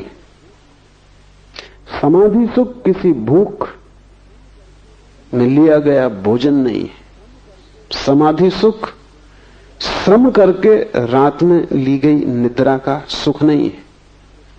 समाधि सुख के साथ दुख का कोई भी संबंध नहीं है। वही अंतर है सांसारिक सुख और आध्यात्मिक सुख में। समाधि सुख सिर्फ होने का सुख है, उसके साथ कोई त्रसा, कोई तृष्णा, कोई दुख नहीं जुड़ा है। वो सिर्फ होने का आनंद है। इसलिए शिव कह रहे हैं लोकानंदा, अस्तित्व का आनंद है। तुम हो, बस इतनी ही बात आनंदपूर्ण है। इसमें कोई त्रसा और पीड़ा और इस सब का कोई संबंध नहीं। फिर ध्यान रहे कि आत्मा की न तो कोई प्यास है न कोई भूख है। इसलिए वहां कोई भूख और प्यास और उनकी तृप्ति से होने वाला सुख तो हो नहीं सकता। सारी भूख प्यास शरीर की है, इसलिए शरीर के सुख दुख से जुड़े ही रहेंगे।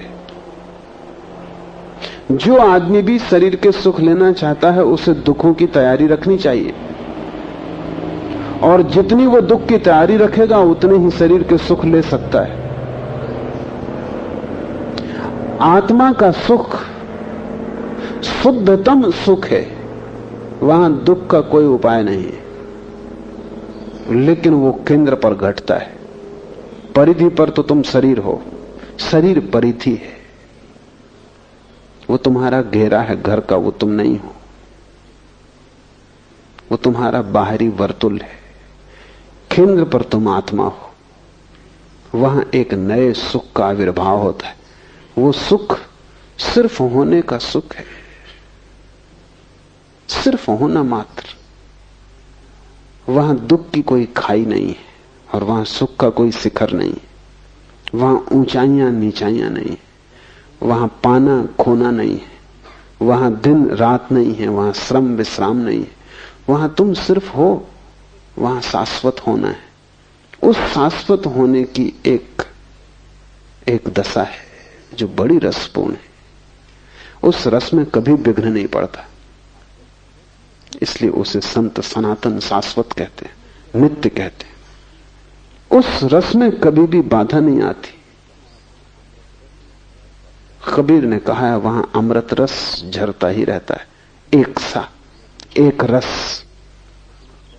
यहां भी वर्षा होती है, लेकिन उस वर्षा के लिए गर्मी का होना जरूरी है। जब गर्मी से तुम उत्तप्त हो जाते हो, पृथ्वी दरार पड़ जाती है, सब तरफ वृक्ष चीख पुकार करने लगते हैं, सब तरफ त्राह त्राह मच जाती है गर्मी से, तब वर्षा होती। तुम कहोगे ऐसा बेहुदा नियम क्यों है? ऐसा क्यों नहीं है कि वर्षा हो और त्राही त्राही ना हो? लेकिन तब तुम्हें पूरी व्यवस्था समझनी पड़े, गणित समझना पड़े। ये त्राही त्राही मचे तो ही बादल निर्मित होते हैं। जब भयंकर धूप पड़ती है तो पानी भाप बनता है।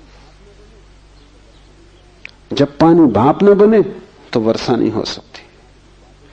तो जब पानी भाप बन जाएगा, आकाश में बादल सघन होंगे, और जब बादल इतने सघन हो जाएंगे कि उनको बरसना ही पड़ेगा, तभी वर्षा होगी। तो वर्षा के पहले भयंकर गर्मी जरूरी है। आत्मा के जगत में विपरीतता नहीं है, वहां द्वंद्व नहीं है। इसलिए हम उसे निर्द्वंद, अद्वैत इन शब्दों से पुकारते हैं। वहां एक है, वहां दो नहीं है। पर तब तुम्हें समझना बहुत कठिन हो जाएगा वहां किस तरह का सुख होगा, क्योंकि ऐसा तो तुम्हें कोई सुख पता नहीं है जिसके साथ दुख ना जुड़ा हो। कोई पूछ रहा था सिगमंड फ्रायड से कि विक्षिप्तता की क्या परिभाषा है और विक्षिप्तता तक लोग कैसे पहुंच जाते हैं। सिगमंड फ्रायड ने बड़ा अद्भुत उत्तर दिया। उसने कहा विक्षिप्तता और सफलता इनकी एक ही परिभाषा है, और जो ढंग सफलता तक पहुंचने का है वही ढंग विक्षिप्तता तक पहुंचने का है। क्योंकि जब तुम सफल होना चाहते हो तो तुम तन जाते हो, जब तुम सफल होना चाहते हो तो तुम लड़ते हो, जब तुम सफल होना चाहते हो तो तुम्हारे रात दिन चिंता से भर जाते, जब तुम सफल होना चाहते हो तो प्रतिपल तुम भयभीत होते हो कि पता नहीं जीत पाओ न जीत पाओ। तुम अकेले ही नहीं हो, सब सफलता के लिए करोड़ों प्रतिद्वंदी। तब तुम्हारी रात दिन चिंता, पीड़ा, तनाव, तुम कपते ही रहते हो, पता नहीं क्या होगा क्या नहीं होगा। और यही तो पागल होने का भी रास्ता है। तो जिनको तुम सफल कहते हो, अगर तुम उन्हें बहुत गौर से देखो, तुम उन्हीं तनाव की और बेचैनी की अवस्थाओं में पाओगे जिनमें तुम पागलों को पाते हो। ऐसा हुआ कि जब रूस में खुर्शीव प्रधानमंत्री था तो एक पागलखाना देखने गया। कुछ जरूरी बात उसे याद आ गई तो उसने अपने सेक्रेटरी को फोन करना चाहा, लेकिन बड़ी मुश्किल थी। वो लड़की जो ऑपरेटर होगी बीच में, उनको ध्यान ही नहीं दे रही थी। ध्यान न देने का कारण भी था जो पीछे साफ हुआ। खुर्शीव ने बार बार उससे कहा कि शीघ्र नंबर दो। उस लड़की कोई फिक्र ही नहीं की। तो खुर्शीव ने कहा, लड़की तू समझती मैं कौन हूं? जो कि सदा ही सफल पद पर, धन पर पहुंचे आदमी की धारणा भीतर वो पूरे वक्त 24 घंटे कहता रहता, पता है मैं कौन हूं। चाहे बोले ना बोले, भीतर वो यही बोलता रहता, पता है मैं कौन हूं। क्योंकि इसी के लिए तो सारा गंवाया है, इसी पता करवाने के लिए। आखिर नहीं रहा गया। उसने कहा, लड़की तुझे पता है मैं कौन हूं? मैं खुर्शीव बोल रहा हूं, प्रधानमंत्री। उस लड़की ने कहा, मुझे पता नहीं कि आप कौन है, लेकिन मुझे पता है कि आप कहां से बोल रहे हैं, पागल खाने से।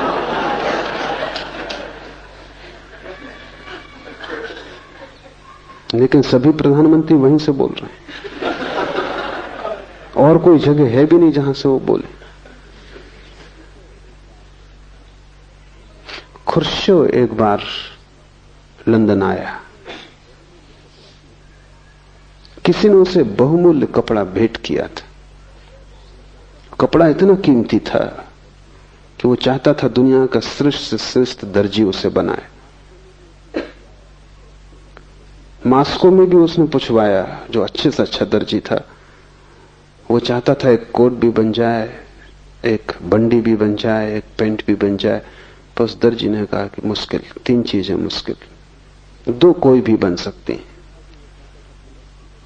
कपड़ा इतना कीमती था कि वो चाहता था पूरा सूट ही बने। तो वो लंदन ले आया। लंदन के दर्जी ने उसको देखा तो उसने कहा कि ठीक है, एक पैंट, एक कोट, एक बंडी तो बन ही सकती, कुछ कपड़ा भी बचेगा, आपके बच्चे के लिए भी बन सकता। तो खुर्शीव बहुत हैरान हुआ। उसने कहा, क्या? और मैंने अपने दर्जी को पूछा मास्को में। हद कर दी उस बेईमान ने। वो कह रहा था कि इसमें बस 2 ही चीजें बन सकती। तो लंदन के दर्जी ने कहा, आप उस पर नाराज ना हो, मास्को में आप बहुत बड़े आदमी, ज्यादा कपड़ा लगेगा, लंदन में आप ना कुछ।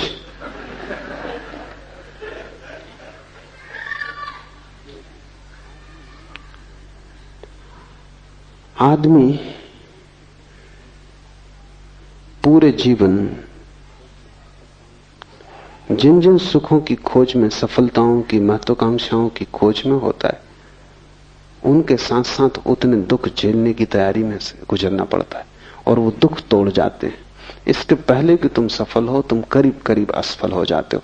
संसार में सफल कोई होता ही नहीं, क्योंकि यहां सफलता की कीमत में इतनी गहरी विक्षिप्तता झेलनी पड़ती है, इतना पागलपन झेलना पड़ता है। जब तक सफलता हाथ में आती है, हाथ में आने योग्य नहीं रह जाती।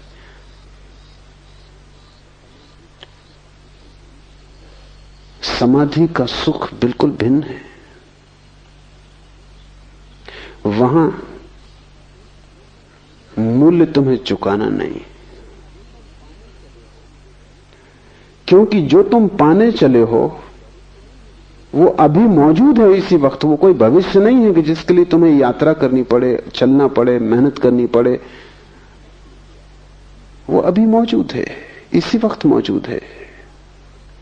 वो तुम्हें मिला ही हुआ है, वो तुम्हारी स्वभाव सिद्ध संपदा है, और उसकी कीमत में कोई दुख नहीं है। लेकिन तब उसका स्वाद कैसा होगा? तुमने जो भी सुख जाने हैं उनमें से किसी से भी उसके स्वाद का पता नहीं चल सकता, क्योंकि उन सब में दुख मिश्रित है। तुमने जो जो अमृत जाना है, चखा है, उस सब में जहर पड़ा हुआ है। क्योंकि शरीर के साथ ही ये होगा ही। शरीर में जन्म और मृत्यु दोनों जुड़ी हैं, अमृत और जहर दोनों पड़े हैं। शरीर से तुम जो भी सुख जानोगे उसमें दुख रहेगा ही। लेकिन आत्मा सिर्फ अमृत है, उसकी कोई मृत्यु नहीं, वो शाश्वत है, वहां विपरीत नहीं है, वो सिर्फ जीवन है, शुद्ध जीवन है। इसलिए तुमने जो भी सुख चखे हैं उनकी तिक्तता, उनका कड़वाहट छोड़ दो, उनके तिक्तता को बिल्कुल हटा दो, तो तुम कल्पना शायद थोड़ी सी कर पाओ। तुमने जो भी सुख जाने उन सब में से उनका विपरीत जो दुख का हिस्सा है वो अलग कर दो, तो थोड़ी सी तुम्हें झलक कल्पना में आ सकती, लेकिन वो झलक भी पक्की खबर ना देगी, क्योंकि परिधि पर सिर्फ झलकें मिलती हैं। क्योंकि तुम कितना ही सोचो, जो तुमने नहीं चखा है उसके तुम प्रत्यय और धारणा ना बना सकोगे, चलना ही पड़ेगा। ये सूत्र बड़े कीमती हैं। विस्मय से भरो, मुड़ो स्वा की ओर, स्वयं में ठहरो ताकि महा ऊर्जा तुम्हें उपलब्ध हो जाए, जीवन तुम्हारा हो परम जीवन। विवेक से आत्मज्ञान को उपलब्ध हो जाओ, जागृति से, परम जागृति से निद्रा को तोड़कर, और अस्तित्व का आनंद भोग सकोगे, तब तुम समाधि सुख तुम्हारा है। समाधि सुख के संबंध में कुछ बातें और। एक, जीवन में जो भी सुख तुम भोगते हो वो बहुत सी बातों पर निर्भर करेगा। तुम्हारी योग्यता, अयोग्यता, शिक्षा, अशिक्षा, शक्ति, सामर्थ्य, परिवार, संबंध, सब पे निर्भर करेगा। तुम अकेले नहीं हो वहां। अगर गरीब घर में पैदा हुए हो तो उसी सुख को पाने में तुम्हें जीवन भर गंवाना पड़ेगा। अमीर घर में पैदा हुए हो, जल्दी पहुंच जाओगे। अगर बुद्धिमान हो, चालाक हो, होशियार हो गणित में, तो जल्दी पहुंच जाओगे। अगर बुद्धू हो, काफी भटकोगे, पहुंच जाओ, संदिग्ध है। शरीर रुग्ण है, मुश्किल पड़ेगा। शरीर स्वस्थ है, जल्दी पहुंच जाओगे। संयोगिक है, हजार बातों पर निर्भर है। लेकिन समाधि सुख किसी बात पर निर्भर नहीं है, अनकंडीशनल है, बेशर्त है। न तुम्हारी बुद्धि पर, न तुम्हारे शरीर पर, न तुम्हारी योग्यता अयोग्यता पर, न तुम्हारी शिक्षा परिवार पर, सुंदर कुरूप, स्त्री पुरुष, किसी बात पर निर्भर नहीं। शूद्र ब्राह्मण, हिंदू मुसलमान, किसी बात पर निर्भर नहीं। जवान वृद्ध, कुछ किसी बात पर निर्भर नहीं। बेशर्त सुख है, क्योंकि वो तुम्हारी संपदा है, वो तुम्हारे पास है ही, तुम उसे लेकर ही पैदा हुए हो। तुमने उस तरफ ध्यान नहीं दिया, बस इतनी ही बात है। तुमने विस्मरण किया है, तुमने खोया नहीं है। सिर्फ आंख लौटाओ, मुड़ो पीछे की तरफ और अपने को देख लो। तो ऐसा कुछ नहीं कि बुद्धिमान ज्यादा समाधि सुख पा लेंगे, बुद्धू वंचित रह जाएंगे, ऐसा कुछ भी नहीं। बेपढ़े लिखे भी वहां पहुंच जाते हैं, कबीर भी वहां पहुंच जाता है, निपट गंवार बुद्ध भी वहां पहुंचते हैं। और जब दोनों पहुंच जाते हैं तो जरा भी फर्क नहीं है। समाधि सुख जीवन का स्वरूप है। तुम्हारी बाहरी परिधि काली है या गोरी, स्वस्थ या सुंदर, रुग्ण गैर रुग्ण, तुम्हारी बुद्धि में बहुत से शब्द भरे हैं कि थोड़े, शास्त्र तुमने ज्यादा जाने की कम, इस सब से कोई भी संबंध नहीं। तुम्हारा होना पर्याप्त है, तुम हो इतना काफी है। इसलिए समस्त ध्यान शुद्ध होने की खोज है। जहां तुम शरीर को भी भूल जाओगे, मन को भी भूल जाओगे, वहीं तुम्हें आत्मा का समाधि सुख, अस्तित्व का आनंद उपलब्ध होना शुरू हो जाएगा।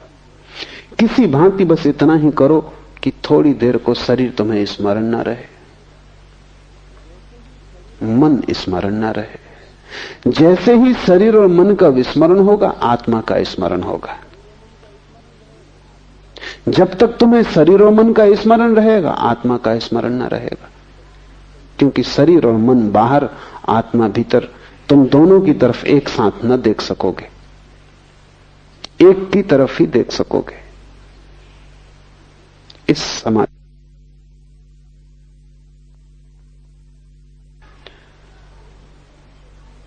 पहली गर्दन का मोड़ना ही सारा श्रम लेता है। एक बार कुंजी हाथ में आ गई, फिर तुम मालिक हो। फिर जब चाहा तब तुम मजे से संसार में घूमो। तुम्हारे समाधि सुख को कोई छीन ना सकेगा। तुम दुकान पर बैठो, तुम समाधि सुख में रहोगे। तुम बाजार में रहो, तुम समाधि सुख में रहोगे। एक बात घटना शुरू होगी कि जो तुम्हारी बाहर सुखों की बड़ी दौड़ है वो अपने आप छीन होती जाएगी, क्योंकि जब महान सुख हाथ में आ जाए तो क्षुद्र सुखों की चिंता कौन करता है। जब हीरे जवाहरात हाथ में आ जाएं तो कंकड़ पत्थर आदमी अपने आप फेंक देता है, उन्हें फिर त्यागना नहीं पड़ता। इसलिए मैं निरंतर कहता हूं, ज्ञानी कभी कुछ त्यागता नहीं। जो व्यर्थ है वो छूट जाता है।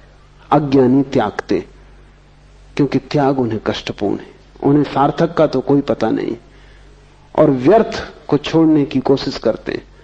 मन पकड़ता है, क्योंकि मन कहता है अभी इसको छोड़ दे रहे हो जो हाथ में, और जो हाथ में नहीं हो उसका क्या भरोसा है, वो है भी या नहीं ये भी संदिग्ध है।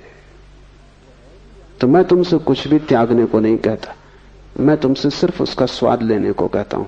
वो स्वाद तुम्हारे जीवन में महात्याग हो जाएगा।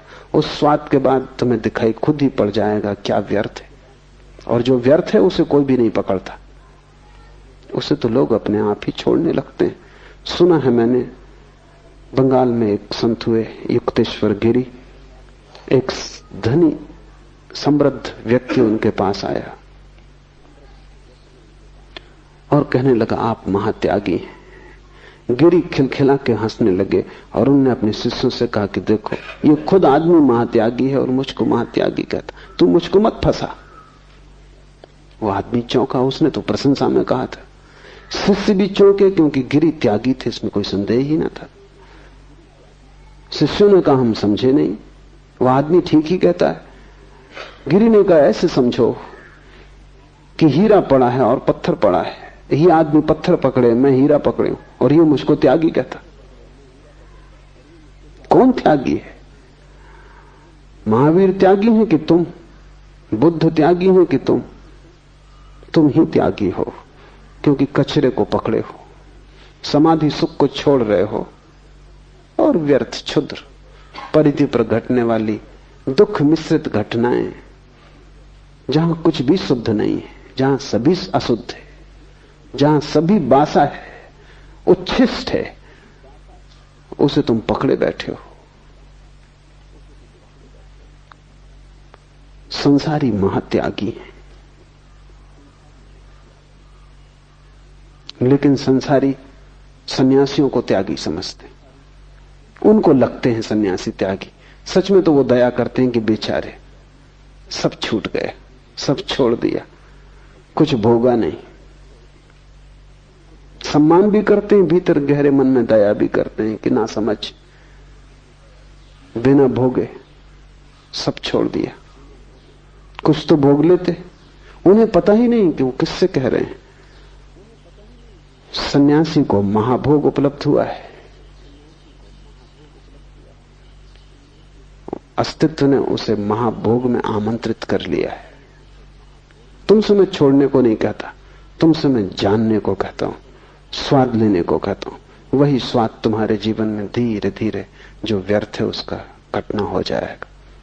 व्यर्थ छूट ही जाता है, उसे छोड़ना नहीं पड़ता है। आज इतना ही।